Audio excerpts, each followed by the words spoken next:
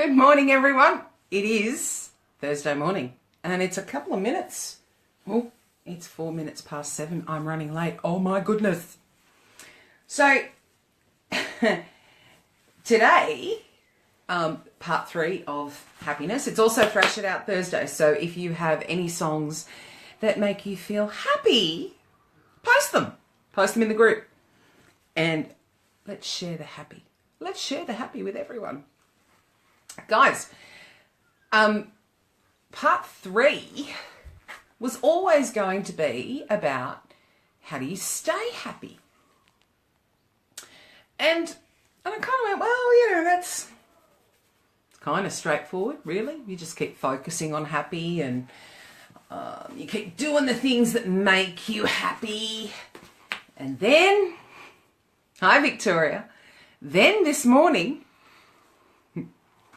here's how to not stay happy. You don't work on your website at 5 o'clock in the morning when you've got no freaking idea what you're doing.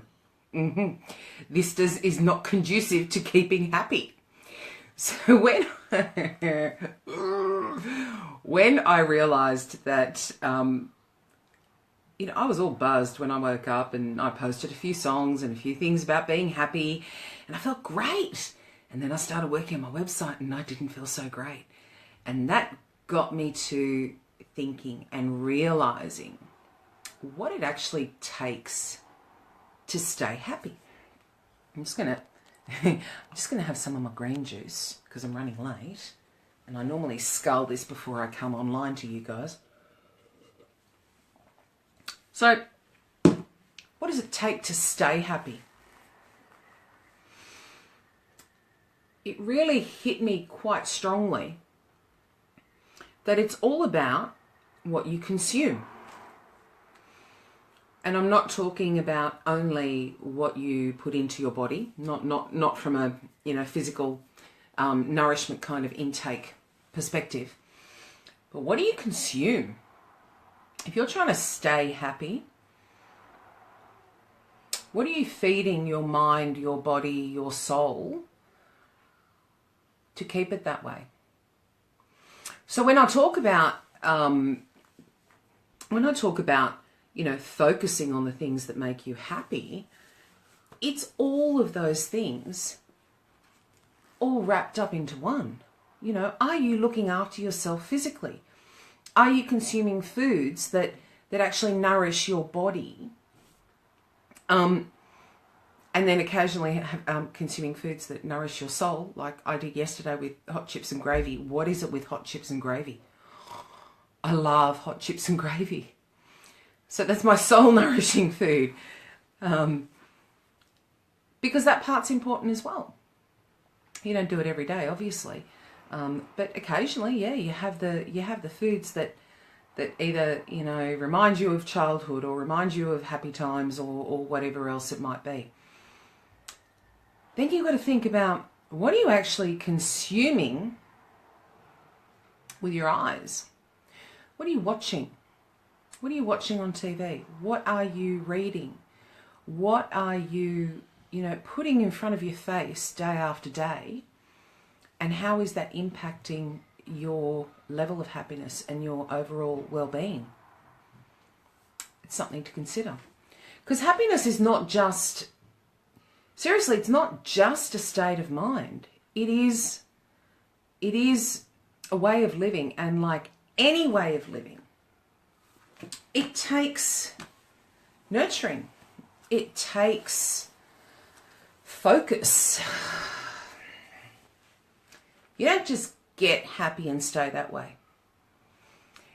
Like anything else, if you are starting a new eating regime to lose weight or to get fit, you don't just do it for a couple of months and then go back to the way you always were, or maybe you do. Generally, if you want to keep up the benefits of something like that, you do it on an ongoing basis. It's the same thing with whatever you're consuming in other areas of your life. Are you watching TV programs that damage your psyche a little bit, damage your soul a little bit? Are you associating with people who don't have a healthy attitude themselves. And Casper wants to get out the door. Excuse me. Go. Go. Go on. Or maybe not. Oh, there he goes. It's all aspects of your life. So if you're wanting to stay in a state of well-being, in a state of happiness, you consider all of those things. The next part of it. So actually, I think there's 3 steps, yeah? So it's what you're consuming on all the different levels of your life. The next step is letting go. Such a loaded phrase when you say letting go. So I'm going to bring it down to simple terms that I experienced this morning, okay? If you're really struggling with something, do you have to keep doing it? Or is there someone that can help you? Or is there another way around it? Or are you going to keep beating your head against a brick wall for something that is out of your reach? Or something that may not be the best use of your resources, the best use of your time, the best use of your energy. You're going to keep beating yourself up about that and kind of, you know, as I said, hitting your head against a brick wall. Or do you take steps to overcome that? You know, you could go back and do the exercise on procrastination. You could go back and redo your target analysis, reassess things. For myself, with the website this morning, going back to the developer, help, because I really don't know what I'm doing. And that leads to what I believe is the final aspect of maintaining your well-being, maintaining your level of contentment and happiness and joy.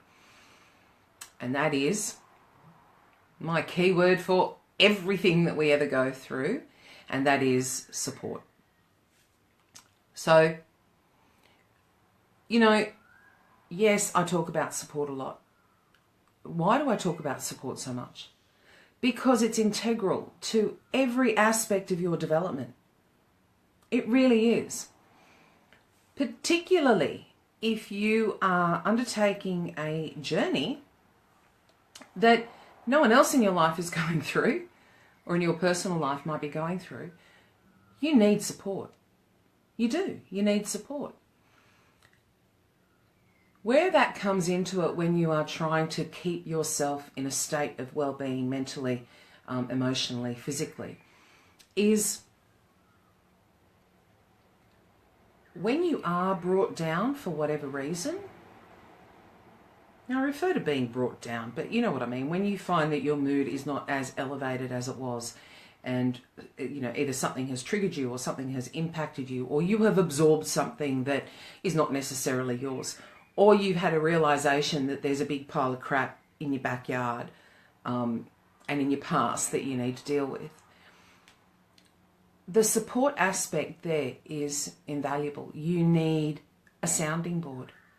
You can't, I don't believe you can work out every single one of your problems by yourself. Mate, if we could, bottle that stuff and sell it. But I don't think you can. You know, you can get things out on paper, you can mud map things, you can mind map, you can do all of these things. Hey, Liana, but at the end of the day, really, having the right kind of support, a sounding board, someone that you can go to and say, you know, I've had these thoughts going through my head. I kind of think it might be this, this, this. You know, it's not even about getting advice from the person that you go to. It is just about getting those words out of your mouth, getting those feelings out, and just having someone hear you. Just having someone go, you know what, I know what you're talking about. I know how that feels. Or I can imagine how that feels. And that's one of the biggest aspects of support.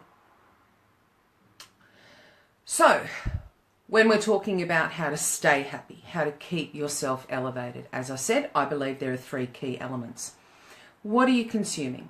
What are you consuming on a physical level, spiritual level, emotional level? What are you exposing yourself to on a daily basis that's having an impact on you one way or another?